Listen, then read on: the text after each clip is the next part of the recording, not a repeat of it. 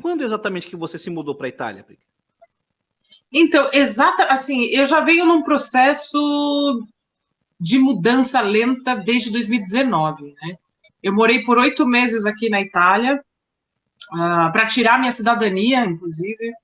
E desde então eu voltei para o Brasil por alguns meses, mas voltei para a Itália em 2020 já. Fiz todo o processo da nervosa, da mudança de line-up. A minha intenção não era voltar para a Itália tão cedo, né? Era um processo que eu pensava fazer mais lentamente, mas com o desmanche do outro line-up, né, do line-up antigo, eu me vi numa situação que eu falei, poxa, eu posso fazer acontecer na Europa, já tenho a cidadania, já tenho tudo meio encaminhado, vou para lá. Então eu antecipei isso para 2020 e desde então eu estou sempre aqui, mas eu sempre vou para o Brasil, fico 1, 2 meses, volto, coisa assim. Eu fiquei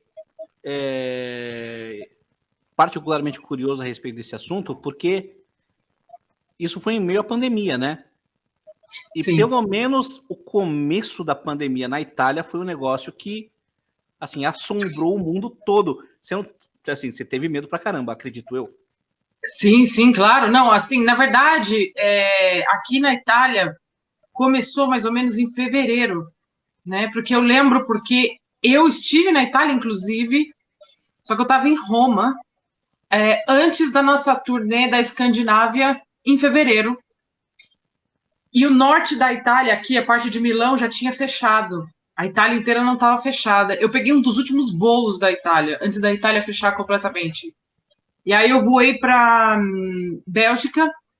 E aí eu lembro que estava essa tensão, ninguém sabia direito o que estava acontecendo.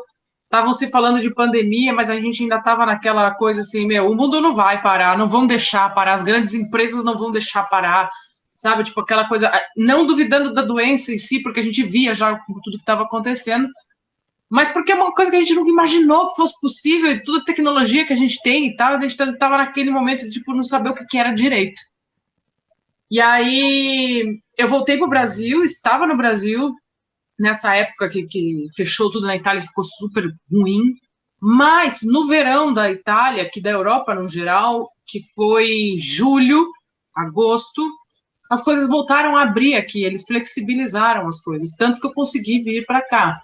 Mas foi uma saga, porque na verdade não tinha. O Brasil estava fechado. E o Brasil estava com restrição para o mundo inteiro, porque na verdade os casos começaram a crescer muito no Brasil. Sim. E eu fiquei quase que trancada no Brasil, com tudo já esquematizado no estúdio, o estúdio já estava agendado, sabe? Tipo, tava, assim, tudo certo pra gente ir, só que só tinha 2 voos por dia, saindo do Brasil e indo para outro país, que era para o Catar, na verdade. E só podia sair do Brasil quem era, por exemplo, se eu estava indo para a Itália, como eu tinha cidadania italiana, a Itália é obrigada a me aceitar porque eu sou italiana, cidadã italiana. Sim. Então, eu consegui pegar esse voo para o Catar, que foram 15 horas de São Paulo para o Catar. Depois eu tive que fazer uma escala em Londres. Foram 7 horas até Londres. Depois de Londres para Milão, mais 4 horas. Foram 32 horas de viagem. Não, e aquela coisa, né? Eu vou para o Catar. Será que eles vão me deixar embarcar sozinha? Num país muçulmano, mulher, tatuada, sabe? Tipo, foi bem tenso para mim. Cara, e você disse que tava aí já em fevereiro, fazendo uma turnê, e isso com a antiga formação, certo? Porque a antiga formação, ela se rompe em abril, no finalzinho de abril. Isso, né? Exatamente. A gente 26, a gente estava com a Isso, a gente estava com a formação antiga. A gente tinha feito uma tour na Ásia, inclusive, em janeiro. Começou em janeiro, pegou janeiro e fevereiro.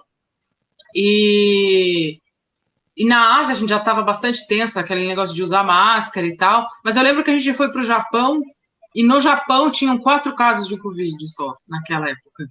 Então ainda foi bem no começo, igual eu falei, ninguém sabia direito o que estava acontecendo, o que era, o que não era. Então a gente se arriscou aí, deu tudo certo, ninguém ficou doente. Voltamos, fizemos a turnê na Escandinávia E, na verdade, o Covid foi seguindo a gente, porque a gente terminou a nossa tour da Escandinávia, a Europa começou a se fechar, os países começaram a se fechar, e a gente foi para o México. Tocamos no México, pegamos um dos últimos voos para o Brasil, a Colômbia já estava fechada, e a nossa escala era aí na Colômbia, e era uma escala de 10 horas, a gente não podia sair do aeroporto, porque não era permitido, então se cancelasse o voo, a gente ficava no aeroporto, sabe?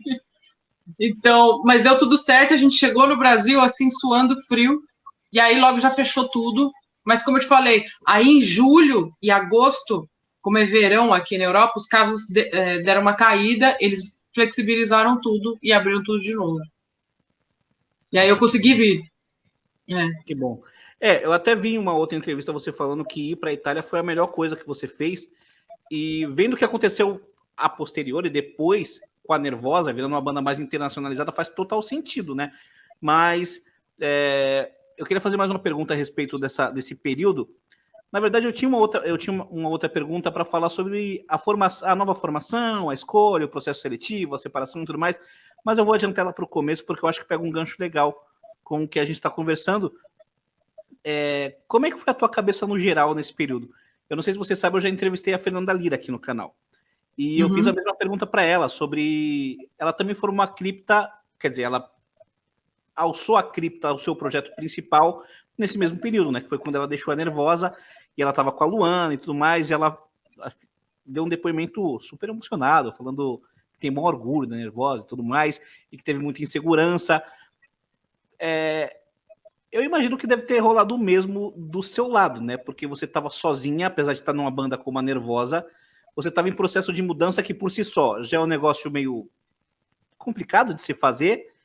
Aí explode uma pandemia, você tem que reformular toda uma banda e, por outro lado, você na Itália, acredito que deve ter ficado com o coração partido, vendo tudo que estava acontecendo aqui no Brasil, o que começou a acontecer aqui no Brasil.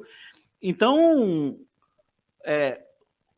o quão incerto foi esse período para você em relação, não só à banda, mas em relação a tudo? Bom, assim, tudo aconteceu muito rápido e muito inesperado, na verdade, sabe? E quando a Fernanda me comunicou que ela estava saindo da banda, era uma coisa que eu já esperava, mas mais a longo prazo, não exatamente naquele momento, muito menos durante a pandemia. Enfim, eu me vi numa situação assim, tenho que resolver. Então, assim, eu não parei muito para pensar nas consequências de tudo. Tipo, eu falei assim, tem que trabalhar. Peguei, desliguei o computador e já comecei a procurar meninas novas, já comecei a pôr minha cabeça para trabalhar, porque eu sei que numa cena e numa época de hoje em dia, tudo funciona muito rápido. Se você demora muito para fazer, você perde o embalo. Então, assim, eu não tive muito tempo para sentir muitas coisas. Claro que insegurança sempre existe, mas eu acredito muito no potencial das mulheres no geral. Eu sei que existem meninas pelo mundo inteiro muito competentes, sabe? Tipo, eu acredito muito no talento de todas. Independente se essa formação um dia se desfaz ou qualquer outra coisa, eu vou continuar acreditando no talento das mulheres, sabe? Tipo, e outra coisa, coisa completamente diferente, não existe comparação, o que é uma coisa, e o que é outra, tipo, assim. E eu me senti, na verdade, como oportunidade, como uma carta branca, sabe? Tipo, legal, agora vou fazer o que eu quiser, então vamos sentar, vamos planejar, sabe? Me senti, na verdade, bastante inspirada e motivada. Foi difícil, foi bastante estressante, foi muito estressante para mim, porque eu praticamente tive que fazer tudo sozinha. Pois é. E até o processo seletivo, pensar, sabe? Tipo, me consumiu muita energia. E a minha maior insegurança, na verdade, seria, tipo assim, e aí? Eu vou fazer tudo isso e eu vou conseguir trabalhar? O mundo vai voltar ao normal? Sabe? Eu vou conseguir continuar vivendo de música? Ou não? Até quando isso vai durar?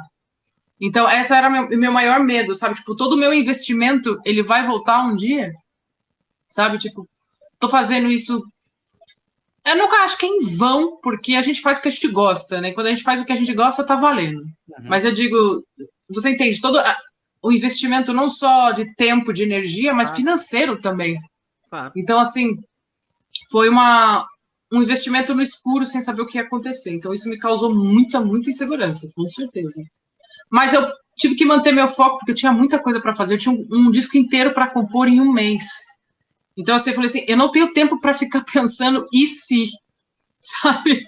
Então, eu pus o meu foco ali, fui trabalhando que nem louca, mas me consumiu demais. Eu tive um pico de estresse muito alto, assim, mas valeu a pena. Hoje em dia eu olho para trás e falo assim, meu, valeu a pena toda a energia, tudo que eu botei, todo o sofrimento ali de estresse ali, valeu muito a pena. Só te calejou mais, né? Exatamente. É isso aí.